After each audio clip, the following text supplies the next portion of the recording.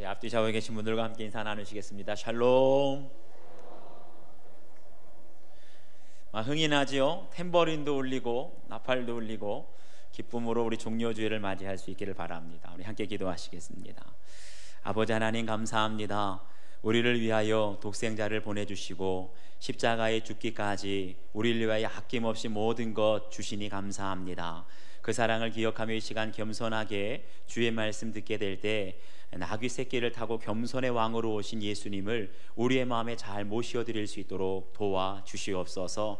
아벨의 계보를 통하여 하나님의 구속사에 올리기 위하여 어떤 사람을 부르시고 어떤 사람을 쓰셨는지 오늘 듣기를 원합니다. 그래서 이 시간 예배하는 주의 모든 백성들이 하나님의 구속사에 올라가고 쓰임받을 수 있도록 은혜 베풀어 주시옵소서. 함께 하실 줄 믿사옵고 예수 그리스도의 이름 받들어 기도하옵나이다.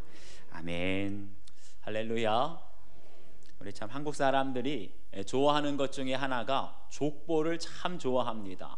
그래서 사람들 만나고 비슷한 성씨를 만나면 항상 물어보는 게 있죠. 댁은 본이 어디십니까? 무슨 파입니까? 몇 대 손이세요? 한국 사람만 족보를 좋아하는 줄 알았더니 성경을 보니까 유대인들도 한국 사람 못지않게 족보를 좋아해요. 저희가 보고 있는 창세기를 보게 되면 10개의 계보가 나와요. 이 계보라는 말을 우리나라 말로 하면 족보, 히브리어로는 톨레도트라고 합니다. 그 중에 가장 먼저 나오는 것이 하늘과 땅의 내력이라, 근데 그게 바로 톨레도트 계보라는 뜻이에요. 그 다음에 나오는 것이 아담의 톨레도트, 맨 마지막에 야곱의 톨레도트, 총 10개가 나와요. 구약 성경에만 이렇게 계보가 나오나 보니까 신약 성경 마태복음에 처음 시작을 어떻게 시작합니까? 아브라함과 다윗의 자손 예수 그리스도의 계보라. 다시 말하면 신약 성경도 예수님의 족보로 시작된다는 거예요.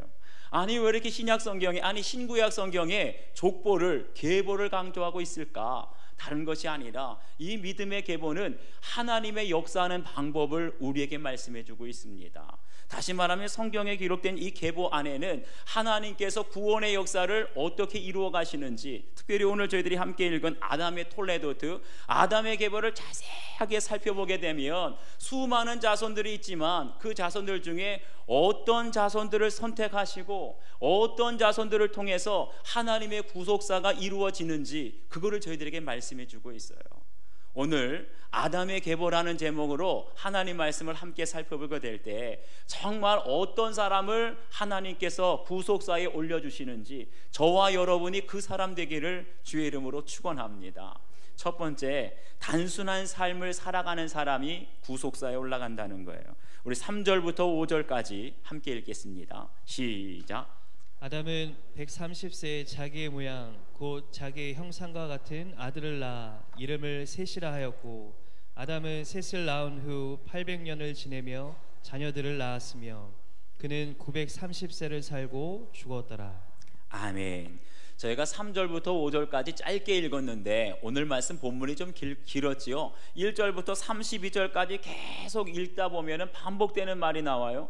낳았더라, 죽었더라, 낳았고 죽었더라. 이 계속 나와요. 낳았더라라는 말이 18번, 죽었더라의 말이 8번. 계속 이것이 반복되는데, 지난주에 살펴본 가인의 후손, 하나님을 떠나서 죄악의 길로 걸어갔던 가인의 후손을 보세요. 그 사람들은 하나님을 떠났음에도 불구하고 세상에서 떵떵거리며 문명을 이루면서 살고 있었어요. 어떤 사람은 목축업의 조상이 되고, 또 아주 날카로운 기계로 농기구를 만들기도 하고, 심지어는 악기를 만들어서 문화생활을 누리면서 넉넉하게 살았어요.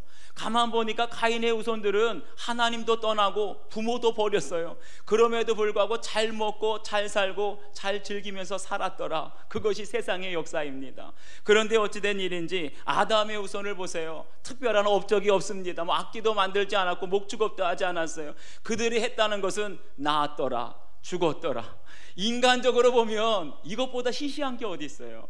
너무나 약하지 않습니까? 그런데다가 성경을 보니까 아담은 130세에 자기의 모양 곧 자기의 형상과 같은 아들을 낳았다, 이렇게 말합니다. 처음에 가인을 낳고 가인이 능력 있고 이것저것 만든 그 후손들이 만드는 걸 보니까 이 아들이 여자의 후손인 줄 알았어요.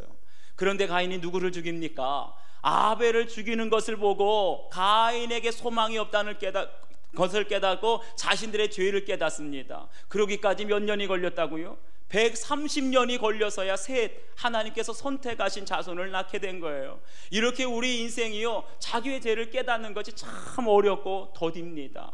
우리가 자식의 고난 혹은 물질 고난, 질병 고난을 겪기 전까지는요, 가인의 후손들처럼 세상적으로 떵떵거리고 많은 재산을 갖고 인정받고 성공하고 출세하는 사람을 부러워한다는 거예요.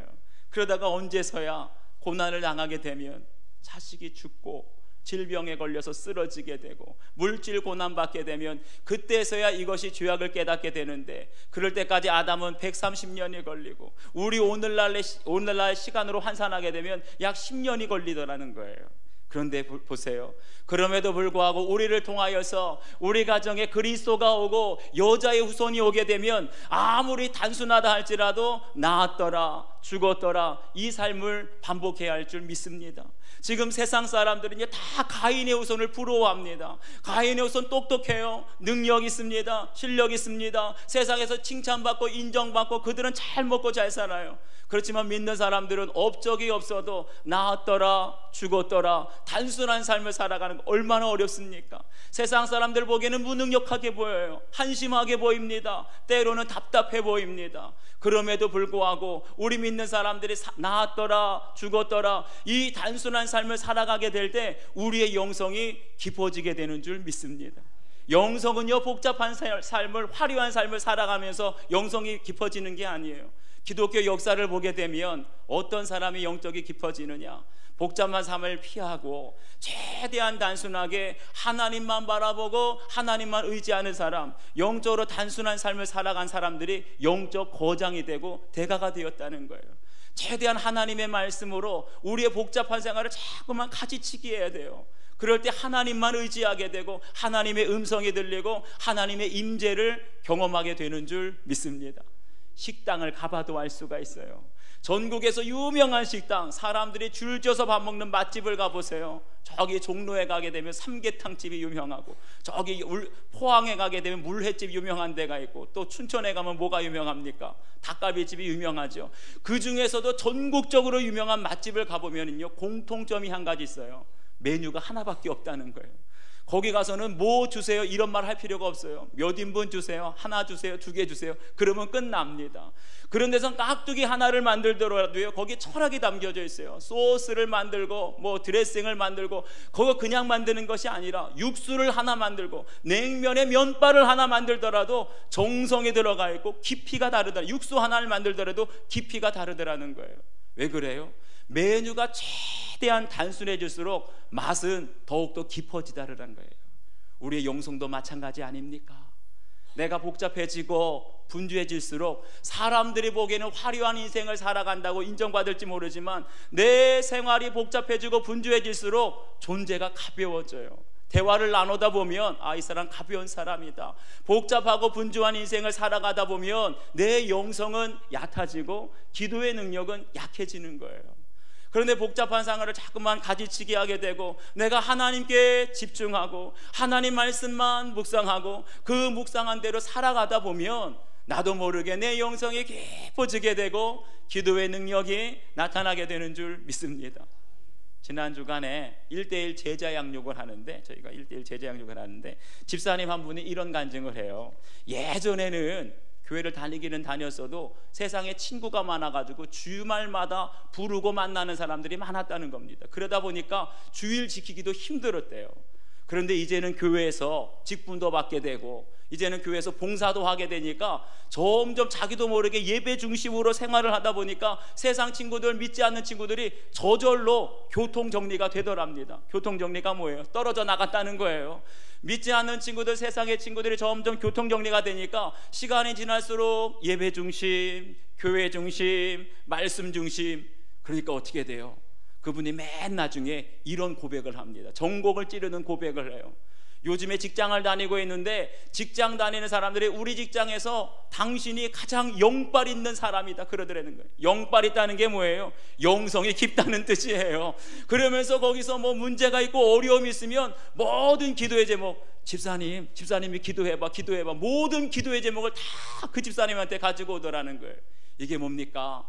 내 생활이 단순해지니까, 하나님께만 집중하고 교회 중심, 예배 중심으로 살아가게 되니까 기도의 능력이 나타나게 되는 줄 믿습니다. 이렇게 단순한 삶을 살아가게 되고 하나님과 하나님의 임재를 경험하게 되고 능력이 나타나게 되면 바로 그 사람이 하나님의 구속사에 올라가게 될 줄 믿습니다. 여러분의 삶을 한번 적용해 보시길 바라요. 인생의 화려함을 좇아서 혹시 분주하게 살아가고 있지는 않습니까? 단순한 삶을 살기 위해 내가 가지치기 해야 될 습관이나 취미 혹은 만남과 일들은 무엇인지 적용해 볼 수 있기를 바랍니다. 두 번째, 하나님과 동행하는 사람이 구속사에 올라갑니다. 우리 21절부터 24절까지 함께 읽습니다. 시작. 에녹은 65세에 무드셀라를 낳았고 무드셀라를 낳은 후 300년을 하나님과 동행하며 자녀들을 낳았으며 그는 365세를 살았더라. 에녹이 하나님과 동행하더니 하나님이 그를 데려가심으로 세상에 있지 아니하였더라. 아멘. 여기 보니까 에녹에 대해서 말씀해 주고 있어요. 그런데 에녹 하면 우리가 가장 먼저 떠오르는 게 뭡니까? 죽지 않고 하나님이 에녹을 데려가셨다는 거예요. 이 땅에 죽지 않고 하나님이 데려가신 사람이 딱 두 사람이 있습니다. 에녹과 엘리야. 그런데 엘리야가 어떻게 죽음을 맛보지 않고 하나님이 데려가셨나? 성경을 보니까 하나님과 동행하였다라고 말해요. 여기서 동행한다라는 말을 히브리어로 할라크라고 하는데, 이 할라크라고 하는 말은 함께 걸어간다라는 거예요. 여러분, 누군가와 함께 걸어가려면 어떻게 걸어가야 됩니까? 저희 가정 같은 경우에는 부부가 좀 성향이 달라요. 저는 걸음걸이가 좀 빠른 편입니다. 그런데 제 아내는 세상의 모든 여유를 가지고 있기 때문에 느긋느긋하게 걸어요. 그래서 평소대로 제 보폭대로 걸어가게 되면 저는 저만치 앞에 가게 되고 제 아내는 저만치 뒤에 갑니다. 누가 보면은 남남인 줄 알아요. 그런데 이렇게 걸어가게 돼 보폭이 다를 때 함께 걸어가려면 어떻게 되겠습니까? 누가 누구한테 맞춰야 되겠어요? 빠른 사람이 늦은 사람한테요? 늦은 사람이 빠른 사람한테요? 빠른 사람이 늦은 사람한테 맞춰야 되는 거예요. 마찬가지로 우리가 하나님과 함께 걸어가려면, 하나님과 동행하려면 누가 누구에게 보폭을 맞춰야 되겠습니까? 우리가 하나님의 보폭에 맞춰야 할 줄 믿습니다. 하나님이 좀 빨리 가시면 조금 빨리, 하나님이 천천히 가시면 조금 느리게. 그런데 자기중심적인 사람, 이기적인 사람은 하나님과 함께 걸어갈 수가 없다는 거예요. 왜 그래요? 하나님께서 조금 빨리 걸어가시면 하나님 숨이 차서 죽겠습니다 불평을 쏟아내고, 하나님이 조금 느리게 천천히 걸어가게 되면 왜 이렇게 늦게 가냐고 자기가 저만치 앞서가면서 하나님을 주도해 가려고 그래요. 그러니까 이기적인 사람, 자기중심적인 사람은 하나님께 맞춰서 동행할 수가 없는 거예요. 누가 하나님과 동행할 수 있습니까? 내 관점, 내 보폭 내려놓고 철저하게 하나님의 관점에 맞추고 철저하게 하나님의 보폭에 맞추기 위하여서 나를 포기하고 나를 부인하는 경건훈련하는 사람, 그런 사람만 하나님과 동행하게 될 줄 믿습니다. 그런데 성경을 보니까 에녹이란 사람은요, 하루 이틀 1, 2년이 아니에요. 1년 365일 하나님과 동행한 것이 아니라 얼마 동안이요? 그의 평생 365년 동안 하나님과 동행했다는 거예요. 아니 어떻게 이렇게 할 수가 있었을까? 성경을 연구하는 학자들은 에녹의 일생에 있어서 하나님과 이렇게 평생 동행할 수밖에 없었던 결정적인 계기가 있었다, 그걸 발견했어요. 그 계기가 뭐냐? 성경을 보니까 이렇게 말합니다. 에녹은 65세에 무드셀라를 낳았고 아들을 낳았는데 이름을 무드셀라라 그랬어요. 그런데 무드셀라라고 하는 말의 뜻이 뭐냐? 창을 던지는 사람, 창 던지는 사람이란 뜻이에요.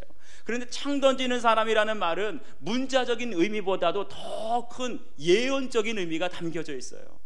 고대 사회에서는 부족과 부족 가운데 전쟁을 참 많이 합니다. 그런데 부족 간에 전쟁을 하게 될 때 제일 앞장서서 마을을 지키면서 앞장서는 사람이 누구냐? 창을 든 사람이 앞장선다는 거예요. 그 사람이 마치 수문장처럼 그 마을을, 부족을 지키기 위해서 맨 앞장서서 창을 던지는데, 창 던지는 사람이 쓰러지면, 창 던지는 사람이 죽게 되면 전쟁이 끝난다는 거예요. 이게 무슨 말입니까? 무드셀라, 창 던지는 사람이 죽게 되면 세상의 끝이 오게 될 것이다, 하나님의 심판이 오게 될 것이다, 이런 뜻이에요. 그래서 성경을 자세히 살펴보니까 무드셀라가 969세에 죽었는데 그때가 언제냐? 그의 손자 노아가 600세가 되던 해였어요. 근데 600세에 노아 600세에 뭐가 일어납니까? 홍수가 일어나서 이 땅에 하나님의 심판이 일어나지 않겠어요? 그런데 보세요, 그 에녹이 자기 아들 무두셀라를 보면서 이 아이가 죽게 되면 세상의 끝이 올 텐데, 이 아이가 죽게 되면 하나님의 심판으로 세상이 끝날 텐데, 이거 보면서 자신의 삶이 변화되기 시작한 거예요. 하나님, 오늘은 제가 어떻게 살아가야 됩니까? 하나님, 오늘은 제가 무엇을 해야 되나요? 날마다 하나님께 묻고 하나님 말씀하신 대로 하루하루 주님의 뜻에 맞춰서, 주님의 보폭에 맞춰서 순종하다 보니까 365년 동안 하나님과 함께 걷고 365년 동안 하나님과 동행하는 인생이 된 줄 믿습니다. 어느 누구도 내 의지대로 하나님과 동행할 수 없어요. 나의 마지막을, 하나님의 심판을 두렵고 떨리는 마음으로 받아들이게 될 때 우리는 늘 주님만 바라보며 주님께 맞추며 하나님과 동행하게 될 줄 믿습니다. 예전에 어떤 아는 집사님 한 분이 몸이 좀 이상해서 병원에 검사를 받으러 가야 되겠다, 검진을 받고 있는데 갑자기 의사가 심각한 표정을 하면서 그러더래요. 아무래도 큰 병원에 가서 정밀 검사를 해야 되겠다고. 여러분도 아시겠지만 병원에 가서 가장 무서운, 의사의 말 중에 가장 무서운 말이 뭐예요? 큰 병원에 가보라고. 그러면 마음이 덜컥 내려앉지, 겁이 덜컥 나지 않습니까? 그래가지고 큰 병원에 가서 입원을 하고 정밀 검사를 받게 되는데, 입원실에 있다 보니까 의사가 가족들을 만나서 복도에서 뭔가 심각한 얘기를 하는 걸 엿들었어요. 무슨 얘기를 하나 들어보니까 환자의 생명이 6개월밖에 안 남았습니다. 가족들 준비해 주세요.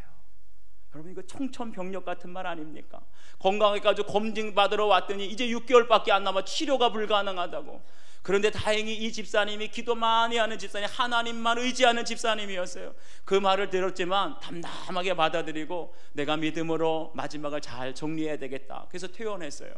태어나고 나서 그동안 만나지 못했던 사람들도 좀 만나보고, 신세진 사람들 많이 도움을 받았는데 그 사람들 다 만나서 고맙습니다, 그동안 많이 신세졌습니다. 그리고 가만 생각해보니까 빚진 것도 많아요. 그래서 빚진 것들도 다 빚진 사람들한테 찾아가서 다 갚아주고, 또 돌아보니까 주위에 어려운 사람들이 보이는 거예요. 많진 않았지만 지금까지 모아온 재산 어렵고 가난한 사람들한테 다 나눠줬어요. 그런데 그러다 보니까 6개월이 쏜살같이 지나가더랍니다. 이상하다, 의사가 말한 6개월이 됐는데 왜 몸에 아무런 이상이 없지? 그래서 병원에 다시 가봤어요. 정밀 검사를 받았더니 온몸이 깨끗하더랍니다. 할렐루야. 알고 보니까 오진이었어요. 아니, 지금까지 죽는 줄 알고 모아놓은 재산도 다 가난한 사람들한테, 빚진 사람들한테 안 갚아도 되는데 빚진 것도 다 갚고 그냥 신세진 사람들 고맙다 인사하고 죽을 준비만 하고 있었는데 죽지 않았어요. 오진이었어요. 물어봤습니다. 집사님, 억울하지 않아요? 근데 그 집사님이 이렇게 대답하시는 거예요.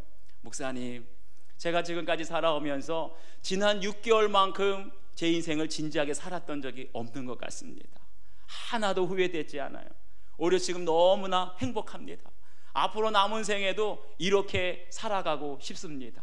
할렐루야. 이것이 하나님과 동행하는 인생이 아니겠습니까? 누가 하나님과 동행할 수 있어요? 내 마지막 6개월 시한부, 내 마지막을 보게 될 때 하나님의 심판을 두렵고 떨리는 마음으로 받아들이게 될 때, 그럴 때 하나님을 의지하게 되고 매일 매 순간 하나님을 의지하며 동행하게 될 때 그 사람이 하나님의 구속사에 올라가게 되는 줄 믿습니다. 여러분, 한번 적용해 보세요. 만약 나의 인생이 6개월 남았다면 오늘부터 여러분 어떻게 사시겠습니까? 한번 적용해 보세요. 하나님과 동행하며 살아가는데 가장 큰 장애물은 무엇입니까? 여러분 적용해 보시기를 바랍니다. 마지막 세 번째, 인내하는 사람이 하나님 구속사에 올라간다는 거예요. 우리 28절과 29절을 함께 읽겠습니다. 시작. 라멕은 182세의 아들을 낳고 이름을 노아라 하여 이르되, 여호와께서 땅을 저주하심으로 수고롭게 일하는 우리를 이 아들이 안위하리라 하였더라. 아멘. 여기 보니까 라멕이라는 사람이 나오는데 지난주에도 들었었지요. 성경을 보게 되면 동명이인이 좀 많이 나옵니다. 지난주에 나왔던 라멕은 가인의 7대손 라멕이고, 오늘 나오는 라멕은 아담, 믿음의 계보예요. 아담의 10대손입니다. 그런데 가인의 후손 라멕은 똑같은 이름이지만 아내를 2명이 낳았고 자신의 강한 힘으로 사람을 죽이는 일까지 저질렀어요. 그런데 오늘 나오는 믿음의 계보 아담의 후손 라멕은 182세에 노아를 낳았다. 그러면서 뭐라고 고백하냐?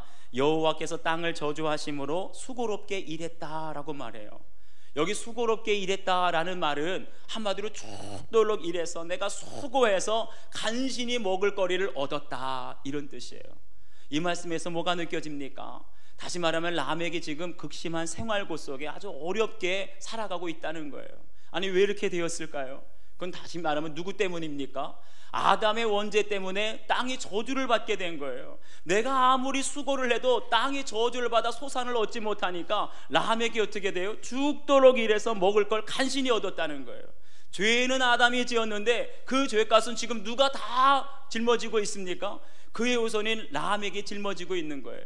그렇다고 해서 여러분, 라멕이 아니 조상을 잘못 만나다 보니까 내가 이렇게 죽을 고생을 한다고 원망하고 불평하면서 호적을 파서 호적 옮겨달라고 그렇게 하겠습니까? 여러분, 그러면은 그런 사람은 하나님의 구속사에 올라갈 수가 없어요.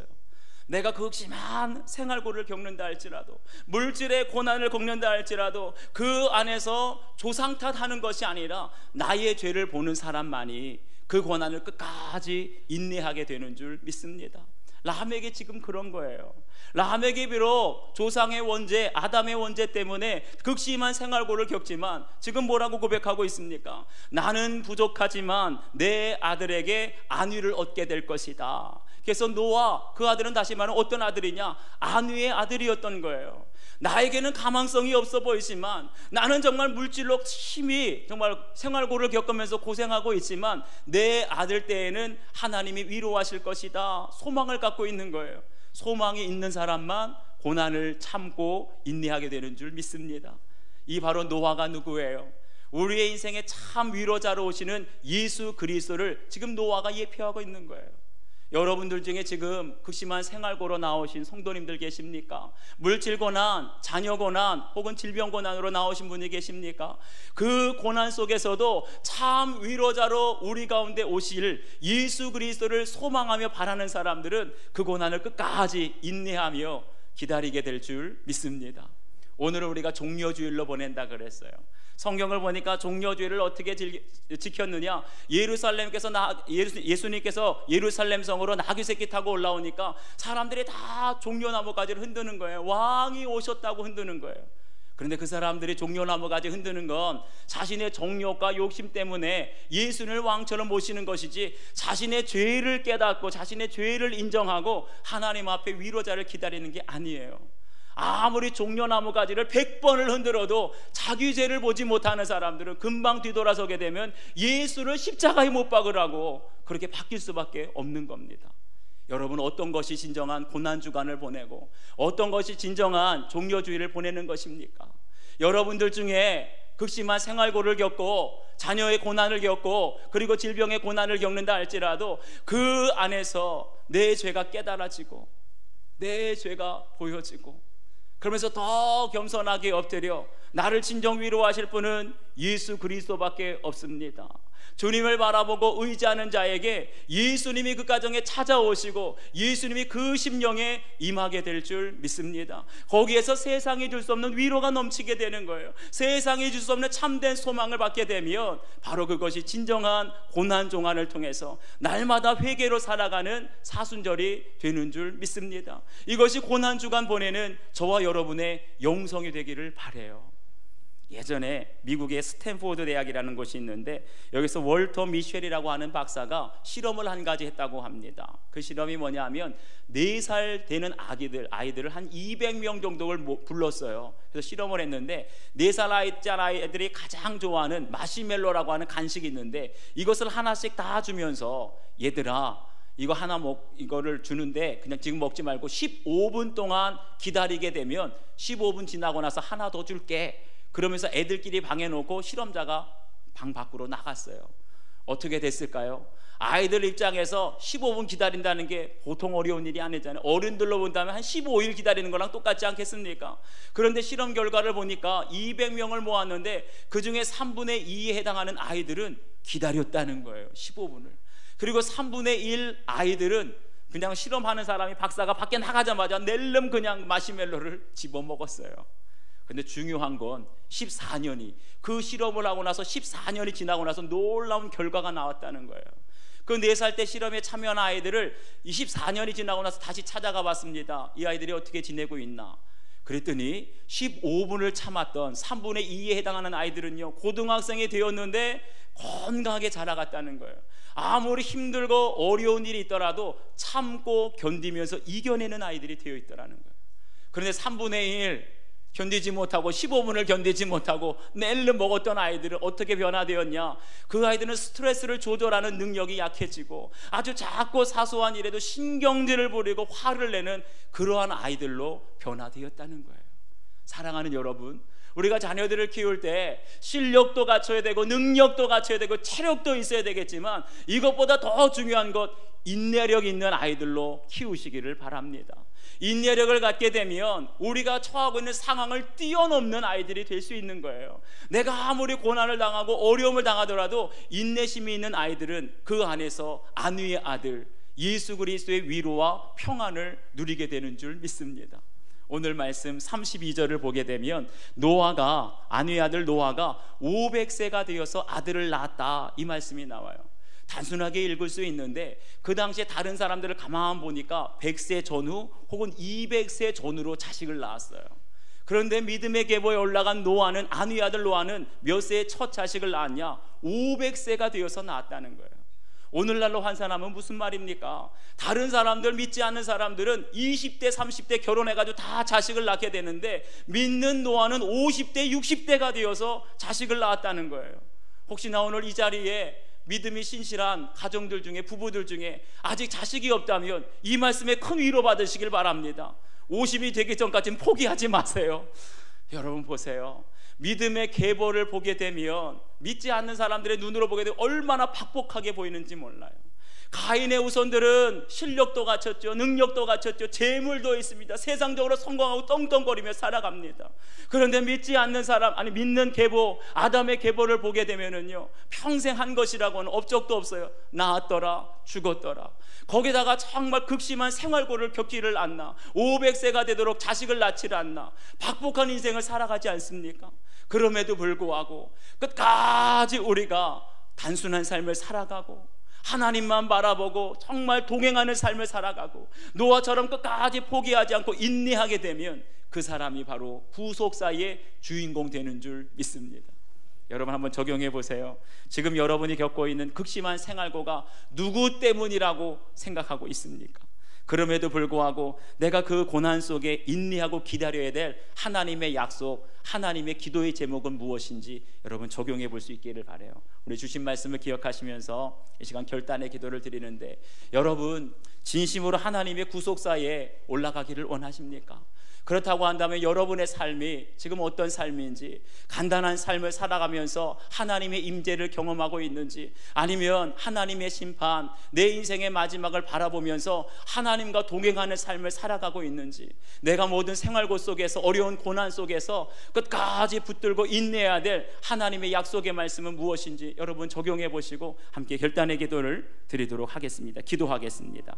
아버지 하나님 참으로 고맙습니다. 오늘 아담의 계보를 통하여서 하나님께서 이 계보를 통하여 하나님의 구속사, 구원의 역사를 이루어 가시는데, 과연 어떠한 자손들, 수많은 사람들이 있지만 그러한 사람들 중에 어떤 사람을 선택하시고 어떤 사람을 통하여서 구속사를 이루어 가는지 저희들에게 말씀하시니 감사합니다. 믿음이 있노라 하면서도 내 마음속에 가인의 자손들을 부러워하진 않았습니까? 가인의 자손들처럼 똑똑하고 능력 있고 업적을 많이 세우는 사람, 세상에서 인정받고 세상에서 떵떵거리는 사람을 믿음과 상관없이 부러워하지는 않았습니까? 하나님, 그러다 보니 내 생활이 분주하여 하나님께 집중하기보다는 사람에게 집중하고 세상의 일에 분주하다가 영성도 잃어버리고 기도의 능력도 하나님 잃어버리고 말았습니다. 다시 한번 말씀으로 가지치게 하여 주시고 간단한 삶을, 단순한 삶을 통하여서 하나님의 임재를 경험하며 늘 에녹과 같이 하나님과 동행할 수 있는 삶을 살아갈 수 있도록 주여 도와주시옵소서. 내 마지막을 알지 못하면, 하나님의 심판을 두렵고 떨림으로 받아들이지 못하면